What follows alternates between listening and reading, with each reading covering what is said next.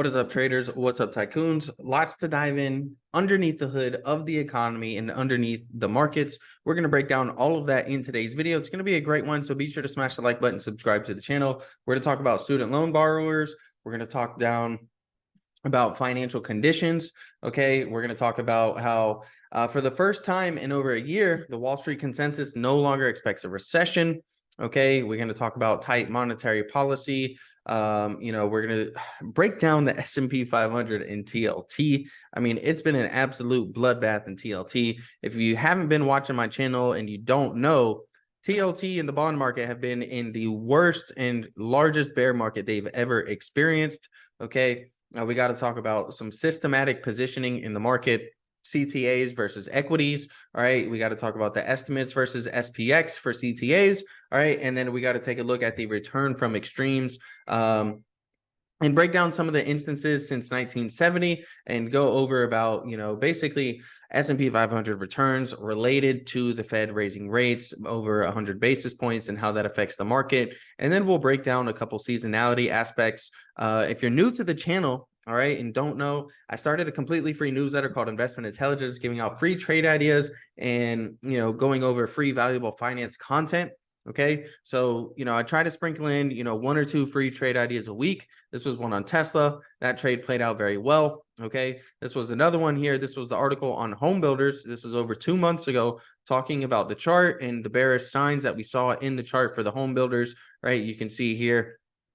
All right, and that trade played out very nicely. Okay, that was back. We put that newsletter back out when it was almost $80, and it's trading below $70 now at the time. This is SWK going over the rising wedge. This is Black & Decker highlighting where price can drop down to. That trade also played out very nicely. And if you want access to all of the trade ideas, you can join the Investment Intelligence Discord. All right, it's only a couple dollars a week. There's a link in the description below as well for that. Otherwise, you could just sign up for the free newsletter and get those emails sent straight to your inbox. Now, let's talk about paused student loan borrowers. They only expect modest consumption declines from August spending when those payments resume. Okay. And so, when you take a look at, the genders right here, the age, education, basically breaking down the data in the chart, they're really saying that, all right, well, they don't expect it to really affect consumption by the consumer. All right. And so basically the consumer spending more money. Now we'll have to see how that actually plays out. Okay. Student loans have been on pause for a very long time. All right. And it's very possible, okay, that this is something that could actually really impact the economy. All right. And this is suggesting that it's not going to be that bad. But if it turns out to be really bad, you have to remember US GDP, all right, is highly correlated to the consumer, okay, making up about 70% of US GDP. And if we really start to see a decline in consumption from the consumer, that's not going to be good for the economy. Now, the National Financial Conditions Index ticked down, all right, in the week ending October 13th, suggesting financial conditions are starting to loosen. All right. Now, this is something that Jerome Powell spoke about, and a lot of people have spoken about, the last time that he talked about how financial conditions were on the rise again and creeping back up again, and financial conditions tightening was a result largely apart due to Treasury yields inclining and rising so rapidly. Okay. It did a lot of the Fed's job for them. Okay. Tightening those financial conditions. And we've started to see him tick back down again. So, Jerome Powell is going to be speaking very, very soon, and it's going to be really important. You want to hear what he's talking about with the financial conditions. All right. What he is implying he will do with the Fed funds rate. All right. Because if that continues to drop and loosen, it's very possible he may say and come out more hawkish, stating that, all right, well, originally financial conditions were doing the job for us, but if those are starting to loosen back up, we may have to step back in and do our job again. Now, for the first time in over a year, the Wall Street consensus no longer expects a recession over the next 12 months. As an aside, Bloomberg economists forecast a U.S. recession was almost 100%, almost exactly 1 year ago. All right, so what does that mean? Well, basically, everyone and their mama predicted that we were going to be in a recession by this time next year. Okay, to me, this has been the most anticipated and predicted recession All right. That never happened. Okay. Now, are we on the verge of a recession happening? Yeah, very possible. Okay. Very, very possible. And one thing that people are misinterpreting, when it comes to Fed rate cuts, is the Fed doesn't really cut rates when the economy is strong. So, for everyone banking on the Fed cutting rates early next year or in the second half of next year, there's a high likelihood that when they do cut rates, it's because a recession is on the brink of happening, or we're already in the middle of a recession. So be careful what you ask for when it comes to these Fed rate cuts. Now, we've seen persistent inflation and tight monetary policy remain the largest tail risk, according to fund managers survey investors from Bank of America. So, when you take a look at the number one tail risk right here, okay, it's high inflation keeping central banks hawkish is still the number one tail risk. All right. Now, below that is geopolitics. All right. And the reason for that is because not only do we have the Russia-Ukraine situation, we also have the situation in the Middle East now. Okay, with Israel, Hamas, Gaza, everything like that. And of course, my condolences go to all of the people, losing their lives in that. At the end of the day, we do have to be thankful, all right, of our situation that we live in. Anytime you're waking up in the morning and you don't have to worry about missiles striking you, you're starting your day off on the right foot, right? You're waking up on the right side of the bed. Okay. So, while we tend to get caught up in the macro and micros of the economy, right, and the ups and downs of the stock market. We do need to take a second sometimes to think about how fortunate we are compared to other places in the globe, right, in the world. Now, this is S&P versus TLT.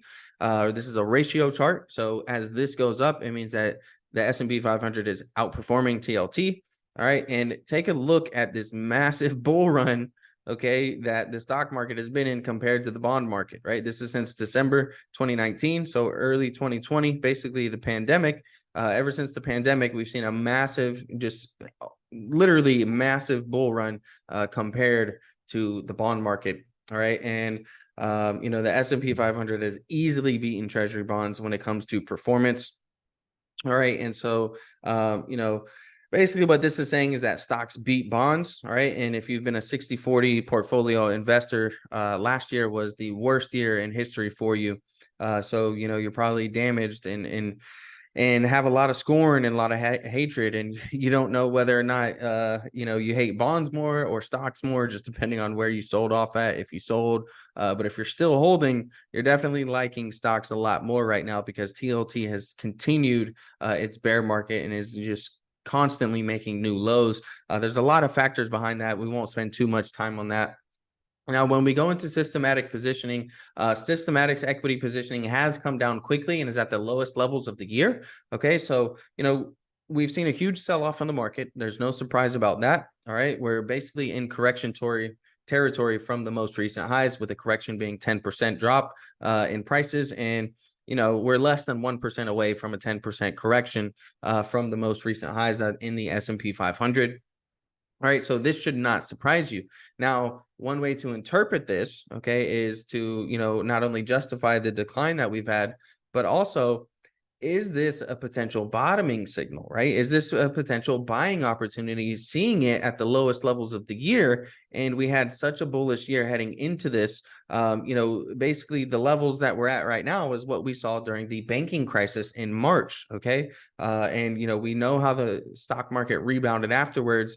Now, one thing that really helped propel the stock market, okay, was the BTFD, okay, buy the Fed pivot, or buy the Fed dip. It's basically the bank term Fed funding policy, okay, bank term funding policy, and essentially the Fed stimulated the economy by stimulating these bonds and bailing, or not bonds, but banks, bailing these banks out. And so we're at a point right now where it doesn't really seem like the Fed wants to stimulate money into the market. So the big question is, is it this low because things are about to get worse, or is this a potential buying opportunity, right? That's something that you need to consider and think about, come up with your own answers. Now, when you look at CTAs versus US equities, CTAs have been short $30 billion of equities after buying $16 billion last week. right? So we're seeing massive short positioning again. And, we're seeing that bearish positioning, all right, from CTAs. But when you take a look, they are now buyers of SPX in every scenario over the next week, right? So this is your bearish, bullish, base case scenarios. They're buyers in all of those scenarios, okay? So, when you look at the fear and greed index, we're at extreme fear, okay? We're seeing levels, that, again, we saw the last time during the banking crisis. When you look at market breadth, okay, market breadth is back at levels that we saw during the banking crisis, and we're near levels of the October 2022 bear market low. All right, so we're seeing under the hood certain signals saying that it could be time to buy the dip. Okay. But you just have to figure out what you want to do for yourself, right? Is that something that, you want to do? Do you want to buy this dip? Or do you want to potentially wait further and look for a little bit of confirmation, right? Maybe you don't want to catch a falling knife, okay, and buy into every single red day. Maybe you want to look for a little bit of consolidation. Maybe you want to look for a new trend to start as the downtrend is still continued. We just made new lower lows in the S&P 500. Okay. And for us to break that downtrend, we need to start making higher highs and higher lows. All right. Now, when you take a look, we are at returns from extremes. The U.S. call to put ratio and the AAII are already at levels that suggest positive near-term asymmetry for equities. So again, kind of another bit of a underneath the hood, behind the scenes indicator that we could be potentially heading near a bottom. Okay. Typically with seasonality, we do tend to get an end of year rally. When you take a look at a few different seasonality metrics that I've been going over extensively, pretty much throughout the year. But before we dive into some new seasonality metrics, there have been 6 instances since 1970 in which the Fed raised rates by over 100 basis points for a period of a year or more, then paused for at least 3 months. The S&P 500 was up all 6 times during the 3 months with an average of 8.2%. Okay, so where are we at right now? Well, we're at this point where the Fed has obviously risen well over 100 basis points, and we're in this pause cycle right now. So Jerome Powell, again, he's going to be talking very soon, and he's going to have a big impact on the market. Okay, it's really scary how much one man can influence the stock market these days. And it just really goes to show you guys that the central banks are one of the main factors in, stock market performance and monetary and fiscal policy as well. Now, when you take a look at seasonality, fourth quarter year 3 seasonality is all about a bullish December. Now, what does year 3 mean? Well, year 3 is that pre-election year in the election cycle. Okay, you have the election year, then you have the midterms, pre-election, election, right? That's the 4-year cycle. And monthly seasonality for year 3 of the presidential election cycle, if you take a look from 1931 to present, December, man, look at that. That is a nice candle right there. That is some nice impressive gains. That is that Santa Claus rally. Okay, so when you take a look under the hood and you're seeing all of these metrics suggesting, okay, not saying, but suggesting that we could be near a bottoming cycle. We could be at oversold conditions. When you take a look at market breadth and extreme fear, as well as others.